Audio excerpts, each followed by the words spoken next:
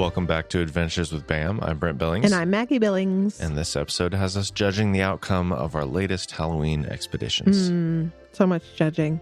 What judge you?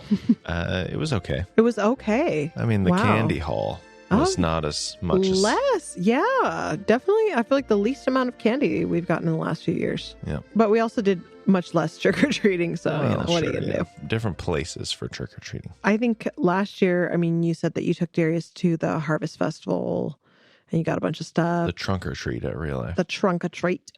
And then we did downtown. I think the year before that, we did Harvest Festival in our friend's neighborhood and also the mall. I know there was at least one year that we went to the mall. That was Darius's first time having candy. I think that was 2 or 3 years ago. 3.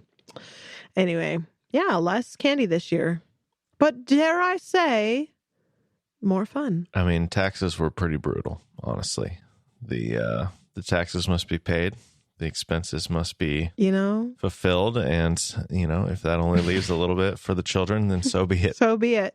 When your child is dead set on being a German Shepherd, not just any dog, but specifically a German Shepherd for Halloween, and the only way to pull that off is by dropping $40 on a costume, taxes get higher, I mean, I guess if that's what you want to pin the blame on, sure. I will do that, yep. But we had friends join us for trick-or-treating. Carly came down in the afternoon on Halloween, which was great. I don't think we've ever done Halloween together, Carly and I.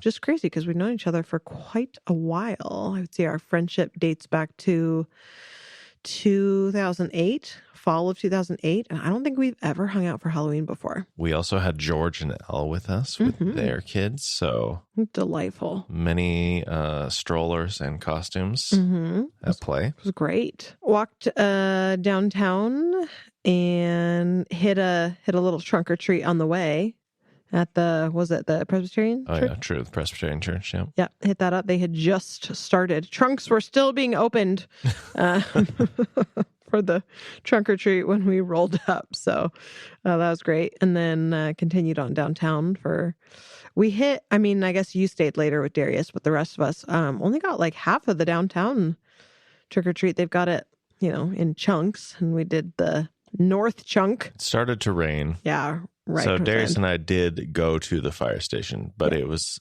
we just went there, grabbed a couple pieces of candy, and then headed back. Yeah. Towards the end, he's like, I want to go to the fire station. Last year, we knew this was going to be a thing because they were dressed up like little firefighters. This year, not so much, but he still wanted to do the fire station. So we did stop and ask a police officer and then the firefighters if they had any German Shepherds on the crew, and they do not. Oh, disappointing. The police said they had one dog, which is some kind of little white dog, not a German Shepherd, but I can't remember what they said it was. Unbelievable. Yeah. Was Darius disappointed by that? Yeah, probably. He's probably crying about it right now. I said, you can be our city's German Shepherd. And then he perked up a little bit. Yeah, there you go. Yep. So we, it started to rain on our walk home. The rest of us, Carly and I, and George and Elle, and their 2 kids, and Torrin. And it was actually perfect because towards the end of trick or treating, they were like, "Hey, do you guys want to grab dinner?" And we're like, "Actually, we made a big pot of soup at the house.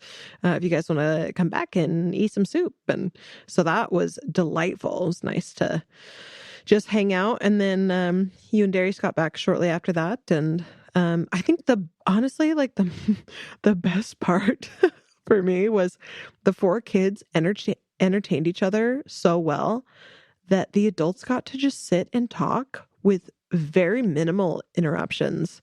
And listeners, if you don't have kids, or perhaps your kids are not the same age. This was never an issue when Darius was a baby, because he couldn't talk.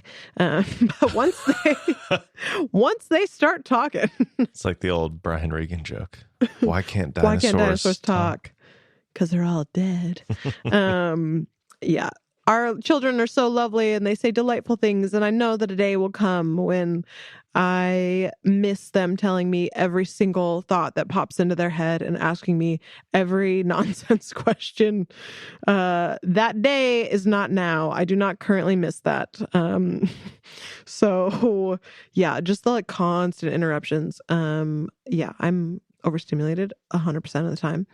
And so getting to have friends over and just hang out with adults and talk with adults while the kids are content and playing was really sweet, really enjoyable. And how did the costuming work out for you? I would say it went well. I think it came together as I wished it would. George and Elle are big Hunchback fans, which was good. It was what I needed. I'm convinced that not a single other person downtown in Moscow that day knew who I was. Which was a good reminder that you guys, you've got to watch the movie. Come on. Yeah. It's so good. Yeah. Afterward, I was like, man, not a soul said anything to me about my costume, which I don't care. Like I'm here for the kids.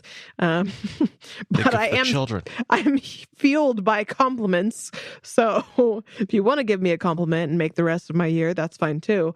But yeah, I was just surprised. And because when I dressed up as Belle, everybody was like, oh my gosh.